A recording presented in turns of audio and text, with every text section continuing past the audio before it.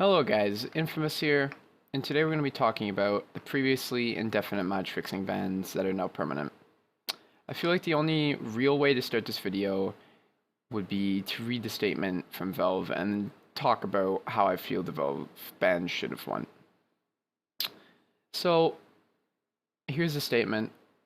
Back in January of early February 2015, we took action after we discovered a small number of professional CSGO players were engaged in match fixing.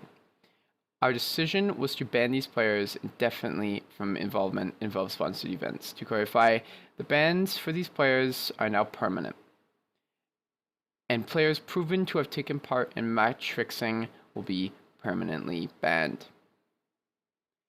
As the scene grows, it's an unfortunate reality that some individuals will seek opportunities to take advantage of their fans. Now, let's remember that iBuyPower wasn't on a salary, and Valve didn't have any rules in place for match fixing.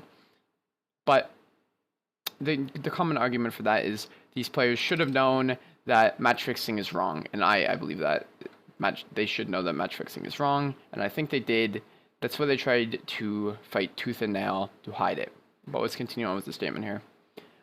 Take advantage of their fans. We will continue to take whatever action we think is necessary to protect the entertainment value created by professional Counter-Strike, including on occasion terminating our relationship with individuals who have demonstrated a willingness to exploit their fans' faith in the integrity of the sport. So, first, I would really like to say that I'm happy that Valve has come out of their hidey hole to actually acknowledge after banning them that they can't just sit and wait for these players. I mean, they can't just let these players sit and wait for Valve to potentially unban them. So the permanent ban I feel is wrong, but I feel like it's good in a way because now these players know that they can move on with their life and continue doing something else. So effectively closure.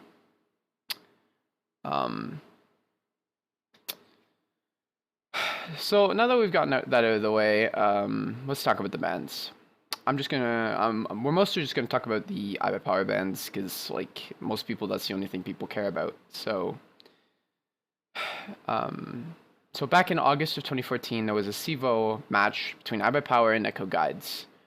On season where iBuyPower lost 16-4 in a devastating fashion. And then in September of 2015, Richard Lewis released an article and he called that like something like, it was like something about like new evidence points to match fixing, the highest level or something. I remember that. That's all I know. I don't know. You can Google it if you want to read it. He had some super incriminating screenshots that led to Valve investigating. And after Valve investigated, they banned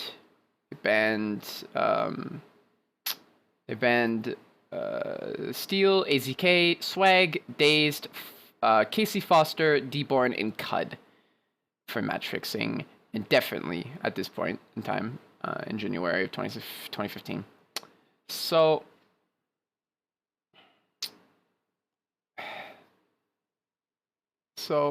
if you don't know who Casey Foster is, he's just the owner or co-owner or something of NetCodeGuides. He's pretty irrelevant. But these bans that were indefinite are now permanent. So let's talk about like how I personally feel about these bans, and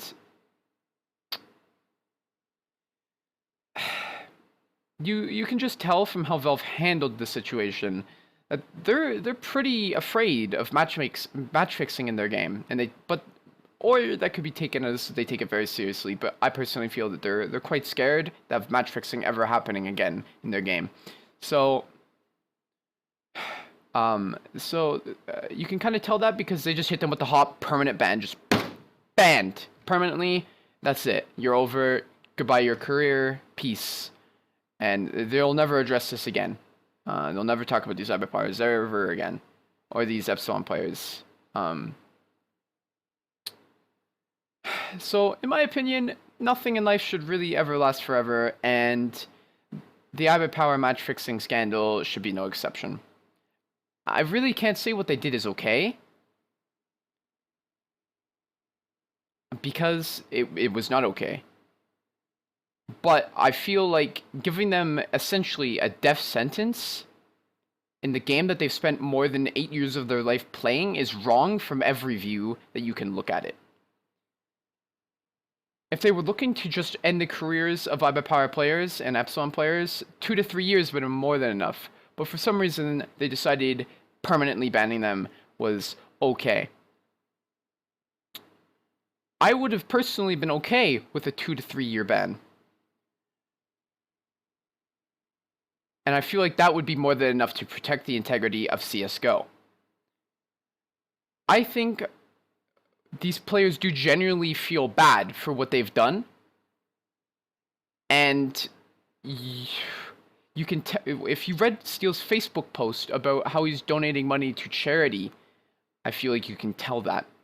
Dazed and Steele both said on their stream multiple times that if they got unbanned, they'd be willing to donate all the money that they got from Valve-sponsored events to charity. Actually, I think they said in all events to charity. If they could play again. I feel like personally Valve should have taken the rehabilitation path after a 1 year ban.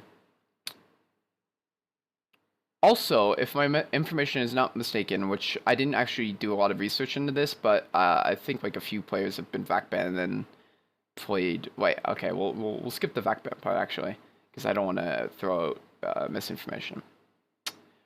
But Valve is okay with letting players that have been banned in ESL, one of their partners, one of their affiliates, and ESEA. Actually, not. They're not. Well, I guess they're kind of affiliates now because ESEA is owned by MTG. But yeah, they're okay with letting people that are banned from ESL events that have been banned participate in Valve-sponsored events. And I feel like that's a bit weird because that's like saying that cheating is okay. Well, not that, but it's like saying that cheating is more okay than match fixing, which I don't know how I feel about that personally. But I feel like it's a bit fucked up. Overall, I feel like Valve should just take the rehabilitation route.